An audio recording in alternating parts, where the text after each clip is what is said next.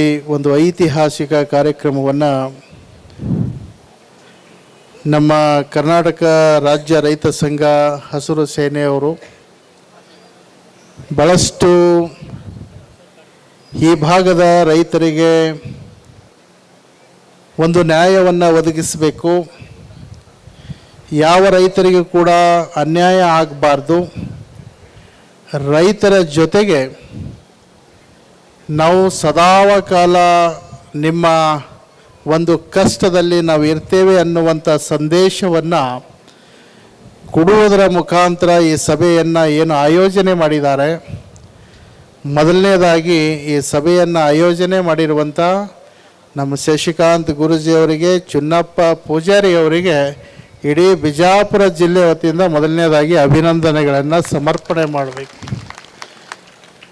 ಯಾಕಂದರೆ ಅವರು ಜೀವನದ ಒಂದೊಂದು ಕ್ಷಣಗಳು ಕೂಡ ರೈತರಿಗಾಗಿ, ಈ ನಾಡಿನ ಈ ದೇಶಕ್ಕೆ ಅನ್ನ ಹಾಕುವಂಥ ಶ್ರೇಷ್ಠವಾಗಿರುವಂಥ ರೈತರ ಜೊತೆಗೆ ನಾವು ಇದ್ದು ಆ ರೈತರ ಕಷ್ಟದಲ್ಲಿ ಭಾಗವಹಿಸಬೇಕು ಅನ್ನುವಂಥ ಭಾವನೆಯಿಂದ ಇಡೀ ಅವರ ಜೀವನವನ್ನೇ ಇವತ್ತು ಯಾರಿಗಾಗಿ ಮುಡುಪಾಗಿಟ್ಟಿದ್ದಾರೆ ಅಂತಂದರೆ ಈ ನಾಡಿನ ರೈತರಿಗಾಗಿ ಅವರ ಬದುಕನ್ನೇ ಅವರು ಮುಡುಪಾಗಿಟ್ಟಿದ್ದಾರೆ. ಭಾಳ ಜನ ಅವರ ಬದುಕು ಅವರ ಕುಟುಂಬಕ್ಕಾಗಿ ಆಗಿರ್ಬೋದು, ಸಮಾಜಕ್ಕಾಗಿ ಆಗಿರ್ಬೋದು, ಅವರ ಗ್ರಾಮಕ್ಕೆ ಆಗಿರ್ಬೋದು, ಅವರ ಜಿಲ್ಲೆಗೆ ಆಗಿರ್ಬೋದು, ಇಂತಿಷ್ಟು ವ್ಯಾಪ್ತಿಗೆ ಮಾತ್ರ ಸೀಮಿತ ಮಾಡ್ಕೊಂಡಿರ್ತಾರೆ. ಆದರೆ ಇವತ್ತು ಇವರಿಬ್ಬರು ಏನು ಇವತ್ತು ವೇದಿಕೆ ಮೇಲೆ ಕುಂತಿದ್ದಾರೆ, ಅವರಿಬ್ಬರ ಬಳಿ ಬಹಳ ದೊಡ್ಡ ಶಕ್ತಿಯನ್ನು ಆ ಭಗವಂತ ತುಂಬಿದ್ದಾನೆ. ಬಹುಶಃ ಅಮ್ಮವ್ರು ಒಂದು ಮಾತನ್ನು ಹೇಳಿದ್ರು, ಕೃಷ್ಣ ಪರಮಾತ್ಮ ಅರ್ಜುನನ ಕುಂತು ಒಂದು ಮಾತನ್ನು ಹೇಳಿರ್ತಾನೆ, ಯಾವಾಗ ಧರ್ಮ ಅವನತಿ ಆಗ್ತದೆ, ಯಾವಾಗ ಧರ್ಮ ನಶಿಸಿ ಹೋಗ್ತದೆ, ಆವಾಗ ನಾನು ಸಾಧುವಿನ ರೂಪದಲ್ಲಿ, ಶಿವಯೋಗಿಯ ರೂಪದಲ್ಲಿ, ಸನ್ಯಾಸಿಯ ರೂಪದಲ್ಲಿ ಅವತಾರವನ್ನು ತಾಳಿ ಬಂದು ಆ ಧರ್ಮವನ್ನು ಉಳಿಸ್ತೇನೆ, ಬೆಳೆಸ್ತೇನೆ ಅನ್ನುವಂಥ ಮಾತನ್ನು ಕೃಷ್ಣ ಪರಮಾತ್ಮ ಅರ್ಜುನನಿಗೆ ಯಾವ ಥರ ಹೇಳಿರ್ತಕ್ಕಂಥ ಮಾತಿದೆ. ಆ ನಿಟ್ಟಿನಲ್ಲಿ ಇವತ್ತು ರೈತ ಧರ್ಮ ಅನ್ನುವಂಥದ್ದು ನಶಿಸಿ ಹೋಗ್ತಕ್ಕಂಥ ಸಂದರ್ಭದಲ್ಲಿ ಆ ಭಗವಂತ ಕೃಷ್ಣ ಪರಮಾತ್ಮನೇ ಇವತ್ತು ಶಶಿಕಾಂತ್ ಗುರೂಜಿ ಮತ್ತು ಚುನ್ನಪ್ಪರ ಮುಖಾಂತರ ಮತ್ತೆ ಆ ಧರ್ಮವನ್ನು ಸ್ಥಾಪನೆ ಮಾಡಲಿಕ್ಕೆ ಆ ಒಂದು ಶಕ್ತಿಯನ್ನು ತುಂಬಿರ್ತಕ್ಕಂಥದ್ದು. ಹಾಗಾಗಿ ಗುರ್ಲಾಪುರದಲ್ಲಿ ನಡೆದಂಥ ಮೊನ್ನೆ ಭಾಳ ದೊಡ್ಡ ಸಮಾರಂಭ, ಸಭೆ, ಹೋರಾಟ, ಎಂಥ ಒಂದು ಹೋರಾಟದ ತಿರುವನ್ನು ಪಡೆದುಕೊಂಡಿತ್ತು ಅಂದರೆ ಇಡೀ ರಾಜ್ಯದ ಜನತೆ ಅಷ್ಟೇ ಗುರ್ಲಾಪುರ ಕಡೆ ತಿರುಗಿ ನೋಡುವಂಥದ್ದಾಗಿರಲಿಲ್ಲ. ಇಡೀ ದೇಶದ ಜನ ಗುರ್ಲಾಪುರದ ಹೋರಾಟ ಅದು ಯಾವ ಥರ ಯಶಸ್ಸನ್ನು ಪಡ್ಕೊಳ್ತದೆ ಅನ್ನುವಂಥ ಕುತೂಹಲದಲ್ಲಿದ್ದಂಥ ಸಂದರ್ಭದಲ್ಲಿ ಅವರಿಬ್ಬರ ಒಂದು ಮುಂದಾಳತ್ವದಲ್ಲಿ ನಾಡಿನ ಅನೇಕ ಮಠಾಧೀಶರು, ಅನೇಕ ಸಂತರ ಆಶೀರ್ವಾದದಿಂದ ಕುಂತಿರುವಂಥ ಹೋರಾಟ ಅದು ಹೇಗೆ ಯಶಸ್ವಿ ಆಯಿತು ಅಂತ ಕೇಳಿದ್ರೆ, ಬಹುಶಃ ಗುಲಾಲ್ ಹಚ್ಕೊಂಡು ಜೈಬೇರಿ ಹೊಡೆಯುವವರೆಗೂ ಕೂಡ ಒಬ್ಬ ರೈತನೂ ಕೂಡ ಆ ರೋಡ್ ಬಿಟ್ಟು ಅಳಗಾಡಲಿಲ್ಲ. ಯಾಕಂದರೆ ರೈತನಿಗೂ ಕೂಡ ಅಷ್ಟೊಂದು ಕಷ್ಟವಾಗಿರ್ತಕ್ಕಂಥದ್ದು. ಸ್ವಾಭಿಮಾನದ ಪ್ರಶ್ನೆಯನ್ನು ಬಂದಾಗ ಬಹುಶಃ ರೈತರು ಜೀವ ಕೊಡ್ತಾರೆ, ಆದರೆ ಯಾವತ್ತೂ ಕೂಡ ಅನ್ಯಾಯ ಮಾಡೋದಿಲ್ಲ ಅನ್ನುವಂಥ ಒಂದು ವಿಚಾರವನ್ನು ಆ ಒಂದು ಹೋರಾಟದಲ್ಲಿ ತೋರಿಸಿಕೊಟ್ಟಂಥವ್ರು.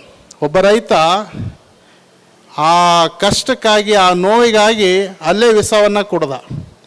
ಅವನಿಗೆ ಒಯ್ದು ಆಸ್ಪತ್ರೆಗೆ ದಾಖಲೆ ಆಯಿತು. ಸುಮಾರು 2-3 ತಿಂಗಳ ನಂತರ ಅವನು ಗುಣಮುಖನಾದ. ಕಾರಣ ಏನು ಅಂತ ಕೇಳಿದ್ರೆ, ರೈತರ ಕಷ್ಟ, ರೈತರ ಗೋಳು ಇವತ್ತು ಯಾರೂ ಕೂಡ ಕೇಳುವಂಥವ್ರು ಇಲ್ಲ ಅನ್ನುವಂಥ ಒಂದು ನೋವನ್ನು ಇವತ್ತು ಈ ಸಭೆಯಲ್ಲಿ ಎಲ್ಲರೂ ಮಾತನಾಡಿರ್ತಕ್ಕಂಥದ್ದು. ಆದರೆ ನಾನು ಹೇಳ್ತೇನೆ, ಇವತ್ತು ಸರ್ಕಾರಗಳಾಗಿರ್ಬೋದು, ಜನಪ್ರತಿನಿಧಿಗಳಾಗಿರ್ಬೋದು, ಯಾರು ಎಷ್ಟರ ಮಟ್ಟಿಗೆ ಸ್ಪಂದಿಸ್ತಾನೋ ಇಲ್ಲೋ ಗೊತ್ತಿಲ್ಲ. ಆದರೆ ನೀವು ಮಾಡುವಂಥ ನಿಸ್ವಾರ್ಥ ಸೇವೆ, ನೀವು ಮಾಡುವಂಥ ಒಂದು ಪುಣ್ಯದ ಕಾರ್ಯ ಏನಿದೆ, ಇದಕ್ಕೆ ಯಾವತ್ತೂ ಕೂಡ ಭಗವಂತ ನಿಮ್ಮ ಕೈ ಬಿಡೋದಿಲ್ಲ ಅನ್ನುವಂಥ ಆತ್ಮವಿಶ್ವಾಸ ನನಗಿದೆ.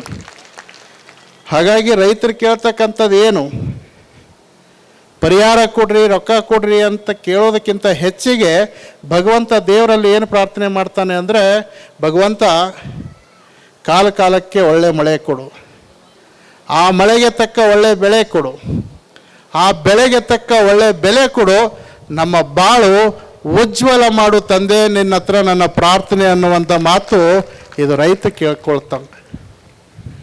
ಯಾವುದೇ ರೀತಿ ನನಗೆ ಉಚಿತವಾದಂಥ ಒಂದು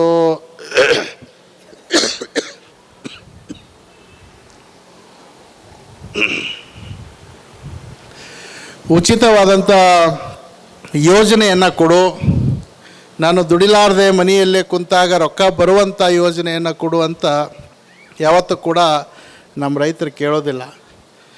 ಭಗವಂತನಿಗೆ ಕೇಳ್ತಕ್ಕಂಥದ್ದು ಏನಂದರೆ, ನಾವು ದುಡಿತಕ್ಕಂಥ ರೊಟ್ಟಿಗೆ ಶಕ್ತಿ ಕೊಡು, ಮಳೆ ಕೊಡು, ಬೆಳೆ ಕೊಡು, ದುಡಿದಿರುವಂಥ ಆ ಬೆಳೆಗೆ ಒಳ್ಳೆ ಬೆಲೆ ಕೊಡು.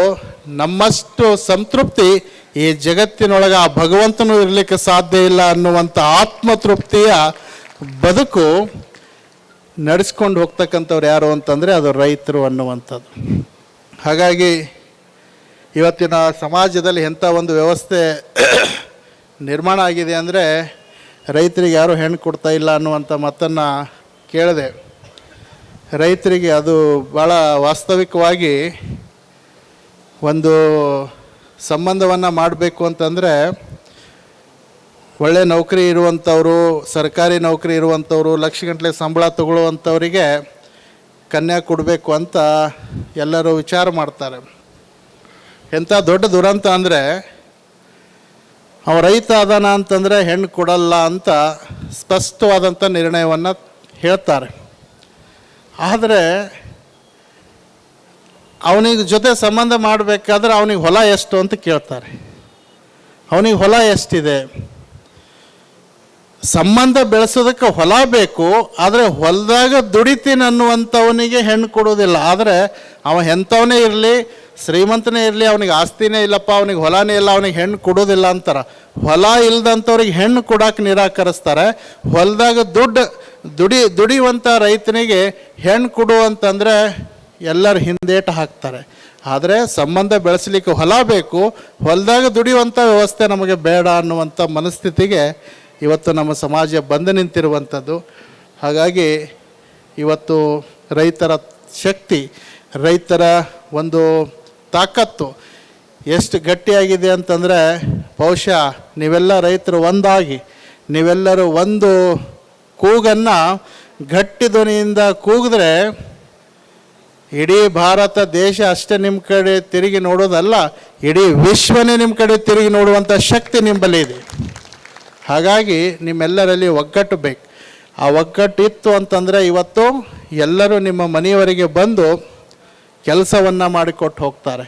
ಹಾಗಾಗಿ ಅಂಥ ಒಂದು ನಿಸ್ವಾರ್ಥ ಭಾವನೆಯ ಸೇವೆಯನ್ನು ಮಾಡ್ತಕ್ಕಂಥದ್ದು, ಇಡೀ ಜಗತ್ತಿಗೆ ಅನ್ನ ಹಾಕ್ತಕ್ಕಂಥ ಶ್ರೇಷ್ಠ ಸೇವೆಯನ್ನು ಮಾಡ್ತಕ್ಕಂಥ ನಿಮ್ಮೆಲ್ಲರಿಗೆ ಒಂದು ಏನು ಬೇಡಿಕೆಗಳಿದ್ದಾವೆ, ನಿಮ್ಮೆಲ್ಲರ ಕೂಗು ಏನಿದೆ, ಅದನ್ನು ರಾಜ್ಯ ಸರ್ಕಾರ ಆಗಿರ್ಬೋದು, ಕೇಂದ್ರ ಸರ್ಕಾರ ಆಗಿರ್ಬೋದು, ಭಾಳ ಗಂಭೀರವಾಗಿ ತೆಗೆದುಕೊಂಡು ನಿಮ್ಮೆಲ್ಲರ ಆ ಕಷ್ಟವನ್ನು ದೂರ ಮಾಡ್ತಕ್ಕಂಥ ಒಂದು ಪ್ರಾಮಾಣಿಕ ಪ್ರಯತ್ನ ರಾಜ್ಯ ಮತ್ತು ಕೇಂದ್ರ ಸರ್ಕಾರ ಮಾಡಲಿ ಅನ್ನುವಂಥ ಮಾತನ್ನು ಈ ಸಂದರ್ಭದಲ್ಲಿ ಹೇಳಿ, ವಿಶೇಷವಾಗಿ ಇವತ್ತು ಬಿಜಾಪುರ ಜಿಲ್ಲೆ ಅಂದರೆ ಅದು ಶರಣರು, ಸಂತರು, ಮಹಾತ್ಮರಿಗೆ ಅತಿ ಹೆಚ್ಚು ಜನ್ಮವನ್ನು ಕೊಟ್ಟಿರುವಂಥ ಒಂದು ಕೀರ್ತಿಗೆ ಪಾತ್ರರಾಗಿರ್ತಕ್ಕಂಥ ಒಂದು ಜಿಲ್ಲೆ ಅಂದರೆ ಅದು ಬಿಜಾಪುರ ಜಿಲ್ಲೆ. ಅಂಥ ಒಂದು ಬಿಜಾಪುರ ಜಿಲ್ಲೆಯಲ್ಲಿ ಇವತ್ತು ಆಲ್ಮಟ್ಟಿ ಜಲಾಶಯ ಅಂತಂದರೆ ಇಡೀ ದೇಶದಲ್ಲಿ ಅತ್ಯಂತ ದೊಡ್ಡ ಜಲಾಶಯ ಮತ್ತು ಎಲ್ಲರೂ ಕೂಡ ಆ ಜಲಾಶಯ ಕಡೆ ತಿರುಗಿ ನೋಡುವಂಥ ಒಂದು ಆಲ್ಮಟ್ಟಿ ತನ್ನದೇ ಆಗಿರ್ತಕ್ಕಂಥ ಒಂದು ಸಾಮರ್ಥ್ಯವನ್ನು ಹೊಂದಿರತಕ್ಕಂಥದ್ದು. ಹಾಗಾಗಿ ಇಂಥ ಜಲಾಶಯ ಈ ಜಿಲ್ಲೆಯಲ್ಲಿ ಇದ್ದರೂ ಕೂಡ ನೀರಿನ ಅಭಾವ, ನೀರಿನ ಕೊರತೆ ಭಾಳಷ್ಟು ರೈತರಿಗೆ ಆಗ್ತಕ್ಕಂಥದ್ದು ಏನು ವಿಚಾರ ಇದೆ. ಅದು ಜಲಾಶಯ ಇನ್ನೂ ಎತ್ತರ ಮಟ್ಟಕ್ಕೆ ಬೆಳಿಬೇಕು, ಇನ್ನೂ ಎತ್ತರ ಆಗಬೇಕು, ಹೆಚ್ಚಿನ ನೀರಾವರಿ ಒಂದು ಪ್ರದೇಶ ನಮ್ಮ ಜಿಲ್ಲೆಗೆ ಆಗಬೇಕು ಅನ್ನುವಂಥ ಏನು ನಿಮ್ಮ ಬೇಡಿಕೆ ಇದೆ, ಭಗವಂತನ ಆಶೀರ್ವಾದದಿಂದ ನಮ್ಮ ರೈತರ ಮುಖಂಡರಾಗಿರ್ತಕ್ಕಂಥ ಚುನ್ನಪ್ಪ ಮತ್ತು ಶಶಿಕಾಂತ್ ಗುರೂಜಿಯವರ ನೇತೃತ್ವದಲ್ಲಿ ನಿಮ್ಮ ಬೇಡಿಕೆ 100ಕ್ಕೆ 100 ಈಡೇರ್ತದೆ ಅನ್ನುವಂಥ ಆತ್ಮವಿಶ್ವಾಸ ನನಗಿದೆ. ಹಾಗಾಗಿ ಆ ಗುರುಗಳ ಆಶೀರ್ವಾದ, ಭಗವಂತನ ಆಶೀರ್ವಾದ ಎಲ್ಲ ರೈತರ ಮೇಲೆ ಇರಲಿ ಅನ್ನುವಂಥ ಮಾತನ್ನು ಈ ಸಂದರ್ಭದಲ್ಲಿ ಹೇಳಿ, ಇವತ್ತೇನು ನಮ್ಮ ಶಶಿಕಾಂತ್ ಗುರೂಜಿಯವರು ಮತ್ತು ಚುನ್ನಪ್ಪ ಪೂಜಾರಿ ಇವರಿಬ್ಬರು ಒಂದು ಎತ್ತಿನ ಬಂಡೆಗೆ 2 ಎತ್ತುಗಳಿದ್ದಂಗೆ. ಅದರಲ್ಲಿ ಒಂದು ಎತ್ತಿಲ್ಲ ಅಂದರೂ ಕೂಡ ಬಂಡಿ ಎಳ್ಕೊಂಡು ಹೋಗ್ಲಿಕ್ಕೆ ಸಾಧ್ಯ ಇಲ್ಲ. ಅವು 2 ಬಂಡೆಗಳು ಸರಿಸಮವಾಗಿ ನಡ್ಕೊಂಡು ಹೋದರೆ ನಿಮ್ಮೆಲ್ಲರಿಗೂ ಇಲ್ಲಿಂದ ದಿಲ್ಲಿವರೆಗೆ ಹೊತ್ಕೊಂಡು ಹೋಗುವಂಥ ಸಾಮರ್ಥ್ಯ ಅವರಿಬ್ಬರಿಗಿದೆ. ಹಾಗಾಗಿ ನಾನು ಈ ವೇದಿಕೆ ಮುಖಾಂತರ ಹೇಳ್ತೇನೆ, ಅವರಿಬ್ಬರು ನಿಮ್ಮ ಸಲುವಾಗಿ ಕಂಕಣಬದ್ಧರಾಗಿ ನಿಂತಿದ್ದಾರೆ. ಅವರಿಬ್ಬರು ಇದೇ ಗಟ್ಟಿ ನಿರ್ಧಾರ, ಗಟ್ಟಿ ನಿಲುವಿನಿಂದ ಯಾವಾಗಲೂ ಕೂಡ ರೈತರ ಒಂದು ಸೇವೆಯನ್ನು ಮಾಡ್ತಕ್ಕಂಥ ಅವರ ಜೀವನದ ಪ್ರತಿಯೊಂದು ಕ್ಷಣವೂ ಕೂಡ ಅದು ರೈತರಿಗೆ ಬದುಕಿಗಾಗಿ ಸಮರ್ಪಿತ ಆಗಲಿ ಅನ್ನುವಂಥ ಮಾತನ್ನು ಈ ಸಂದರ್ಭದಲ್ಲಿ ಹೇಳಿ, ಅವರು ಯಾವುದೇ ಒಂದು ಕಾರ್ಯವನ್ನು ಮಾಡಿದ್ರೆ ಅದು ಬಹಳ ಅರ್ಥಪೂರ್ಣವಾಗಿರುವಂಥ ಕಾರ್ಯವನ್ನು ಮಾಡ್ತಾರೆ. ಹಾಗಾಗಿ ಅವರು ಮಾಡಿರುವಂಥ ಎಲ್ಲ ಕಾರ್ಯವನ್ನು ಯಶಸ್ವಿ ಆಗಲಿ ಅನ್ನುವಂಥ ಮಾತನ್ನು ಈ ಸಂದರ್ಭದಲ್ಲಿ ಹೇಳಿ, ಅದರ ಜೊತೆಗೆ ಇನ್ನೊಂದು ಹೇಳಬೇಕು ಅಂತಂದರೆ,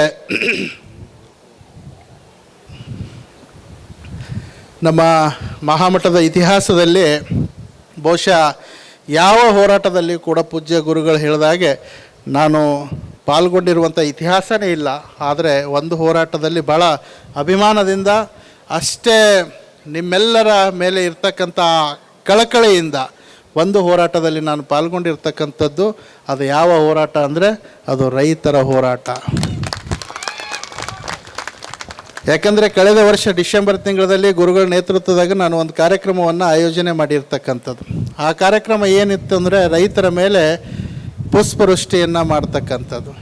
ಆ ಸಂದರ್ಭದಲ್ಲಿ ನಾನು ಒಂದು ಮಾತನ್ನು ಹೇಳಿದ್ದೆ, ಏನು ಅಂದರೆ 30,000 ರೈತರಿಗೆ ಗುರುಗಳ ಈ ತಪಸ್ಸಿನ ಭೂಮಿಯಲ್ಲಿ ನಿಮಗೆ ಪುಷ್ಪವೃಷ್ಟಿಯನ್ನು ಮಾಡಿರ್ತಕ್ಕಂಥದ್ದು ನನಗೆ ಭಾಳ ತೃಪ್ತಿಯನ್ನು ತಂದಿದೆ.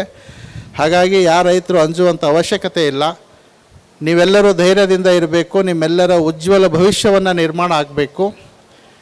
ನಿಮ್ಮೆಲ್ಲ ರೈತರ ಸುಖದಲ್ಲಿ ನಾವು ಇರ್ತೀವೋ ಇಲ್ಲೋ ಗೊತ್ತಿಲ್ಲ, ಆದರೆ ರೈತರ ಕಷ್ಟ ಕಾಲದಲ್ಲಿ ಮುಗುಳು ಕೊಡು ಮಠ ನಿಮ್ಮ ಜೊತೆ ಇರ್ತದೆ ಅನ್ನುವಂಥ ಮಾತನ್ನು ನಾನು ಹೇಳಿರ್ತಕ್ಕಂಥದ್ದು. ಹಾಗಾಗಿ ನಾನು ಕೂಡ ಆ ಹೋರಾಟದಲ್ಲಿ ಭಾಗವಹಿಸಿ ಎಲ್ಲರ ಗುರುಗಳು ನಾವು ಸರ್ಕಾರಕ್ಕೆ ಒಂದು ಮನವರಿಕೆಯನ್ನು ಮಾಡೋದರ ಮುಖಾಂತರ ರೈತರಿಗೆ ಒಂದು ನ್ಯಾಯವನ್ನು ಕೊಡಿಸ್ತಕ್ಕಂಥ ಒಂದು ಪ್ರಯತ್ನ ಆಯಿತು. ಅದಕ್ಕೆ ನ್ಯಾಯನೂ ಕೂಡ ಸಿಕ್ತು. ಎಲ್ಲೋ ಒಂದು ಕಡೆ ಇಷ್ಟು ಕಷ್ಟಪಟ್ಟು 9 ದಿವಸಗಳ ಕಾಲ ರೋಡ್ ಮೇಲೆ ಉಂಡು ತಿಂದು ಮಲಗಿ ನಿಮಗಾಗಿ ಪ್ರಯತ್ನ ಮಾಡಿರ್ತಕ್ಕಂಥ ಒಂದು ಆ ಕಾರ್ಯಕ್ಕೆ ಯಶಸ್ಸನ್ನು ಸಿಕ್ತು ಅನ್ನುವಂಥ ಆತ್ಮತೃಪ್ತಿ ಇವತ್ತು ಆ ಉಭಯ ನಾಯಕರಿಗೆ ಇರ್ತಕ್ಕಂಥದ್ದು. ಹಾಗಾಗಿ ಇಂಥ ಒಂದು ಪುಣ್ಯಮಯವಾಗಿರುವಂಥ ಕಾರ್ಯ, ರೈತರ ಪರವಾಗಿ ನಿರಂತರವಾದಂಥ ಅವರ ಒಂದು ಕಾರ್ಯ ಇನ್ನೂ ಹೆಚ್ಚಿನ ರೀತಿಯಿಂದ ನಡೀಲಿ, ರೈತರಿಗೆ ಒಳ್ಳೆಯ ನ್ಯಾಯವನ್ನು ಸಿಗಲಿ, ಎಲ್ಲ ರೈತರ ಬಾಳು ಬಂಗಾರ ಆಗಲಿ ಅನ್ನುವಂಥ ಮಾತನ್ನು ಈ ಸಂದರ್ಭದಲ್ಲಿ ಹೇಳಿ, ಇವತ್ತು ಈ ಸಭೆಯಲ್ಲಿ ಏನು ಒಂದು ಬೇಡಿಕೆಗಳನ್ನಿದ್ದಾವೆ ಆ ಬೇಡಿಕೆಯನ್ನು ಸ್ವೀಕಾರ ಮಾಡಲಿಕ್ಕೆ ಇವತ್ತು ಜಿಲ್ಲಾಧಿಕಾರಿಗಳು, ಪೊಲೀಸ್ ವರಿಷ್ಠಾಧಿಕಾರಿಗಳು ಈ ವೇದಿಕೆಗೆ ಬಂದಿದ್ದಾರೆ. ನಿಮ್ಮೆಲ್ಲರ ಆ ಬೇಡಿಕೆಯನ್ನು ತೆಗೆದುಕೊಂಡು ಸರ್ಕಾರಕ್ಕೆ ಅವರು ತಲುಪಿಸ್ತಕ್ಕಂಥದ್ದು, ಸರ್ಕಾರಕ್ಕೆ ಮನವರಿಕೆಯನ್ನು ಮಾಡ್ತಕ್ಕಂಥದ್ದು ಅವರು ಮಾಡ್ತಾರೆ ಅನ್ನುವಂಥ ವಿಚಾರವನ್ನು ತಿಳಿಸ್ತಾ, ಸೇರಿರುವಂಥ ಸಮಸ್ತ ರೈತ ಶರಣ ತಂದೆ ತಾಯಿಗಳಿಗೆ ಮತ್ತೊಂದು ಸಲ ಶುಭವಾಗಲಿ ಅಂತ ಹಾರೈಸಿ, ಆಗಮಿಸಿರುವಂಥ ತಮ್ಮೆಲ್ಲರಿಗೂ ಒಳ್ಳೆಯದಾಗಲಿ. ಸರ್ವೇ ಜನಃ ಸುಖಿನೋ ಭವಂತು.